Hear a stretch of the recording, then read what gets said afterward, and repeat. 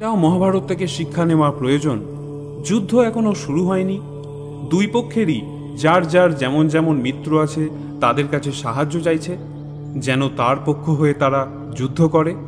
তেমনি ভগবান শ্রীকৃষ্ণের কাছে দুর্যোধন এবং অর্জুন গেলেন সাহায্য চাইতে, কারণ দুজনেই কৃষ্ণের সম্পর্কে আত্মীয় হন।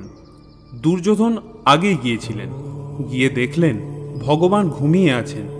তাই দেখে দুর্যোধন ভগবানের মাথার কাছে গিয়ে বসলেন।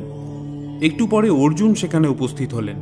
তিনি গিয়ে দেখলেন তার বড় ভাই দুর্যোধন আগে থেকেই সেখানে বসে আছেন। তাই অর্জুন না বসে ভগবানের পায়ের কাছে দাঁড়িয়ে থাকলেন, ভগবানের ঘুম থেকে ওঠার অপেক্ষায়। ভগবান তো অন্তর্যামী, তিনি তো সবই জানেন। তাই তিনি এবার জাগলেন এবং উঠে বসলেন। আর প্রথমেই অর্জুনকে দেখে বললেন, পার্থ, তুমি কখন এলে? তখন দুর্যোধন বললেন, হে বাসুদেব, আমি আগে এসেছি, তাই আপনি আগে আমার সাথে কথা বলুন। তখন ভগবান বললেন, কিন্তু আমি তো অর্জুনকে আগে দেখেছি, তাহলে তো আমাকে আগে অর্জুনের সাথেই কথা বলতে হবে। অর্জুন বললেন, না মাধব, আগে দাদা এসেছেন, আপনি দাদার সাথেই আগে কথা বলুন। কৃষ্ণ তখন বললেন, বেশ তাই হোক। এই কথা শুনে অহংকারী দুর্যোধন বললেন, না, আগে অর্জুনই বলুক। কিন্তু মনে মনে দুর্যোধনের ভয় করতে লাগলো। তিনি ভাবতে লাগলেন যে বলে ভুল করলাম না তো, যদি অর্জুন ভগবানের নারায়ণী সেনা চেয়ে নেয়। ভগবান তখন অর্জুনকেই জিজ্ঞাসা করলেন, বলো অর্জুন, তুমি কি কারণে এসেছো? অর্জুন বললেন, হে মাধব, এই যুদ্ধে আমাকে সাহায্য করুন। ভগবান জিজ্ঞাসা করলেন, কি চাও তুমি?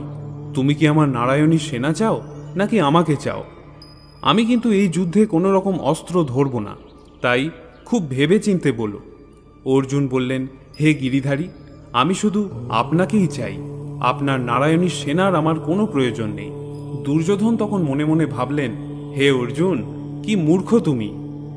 কিন্তু তিনি এটা জানতেন না যে অর্জুন সেই মুহূর্তেই যুদ্ধে জিতে গিয়েছিল, কারণ যেখানে ধর্ম সেখানেই জয়।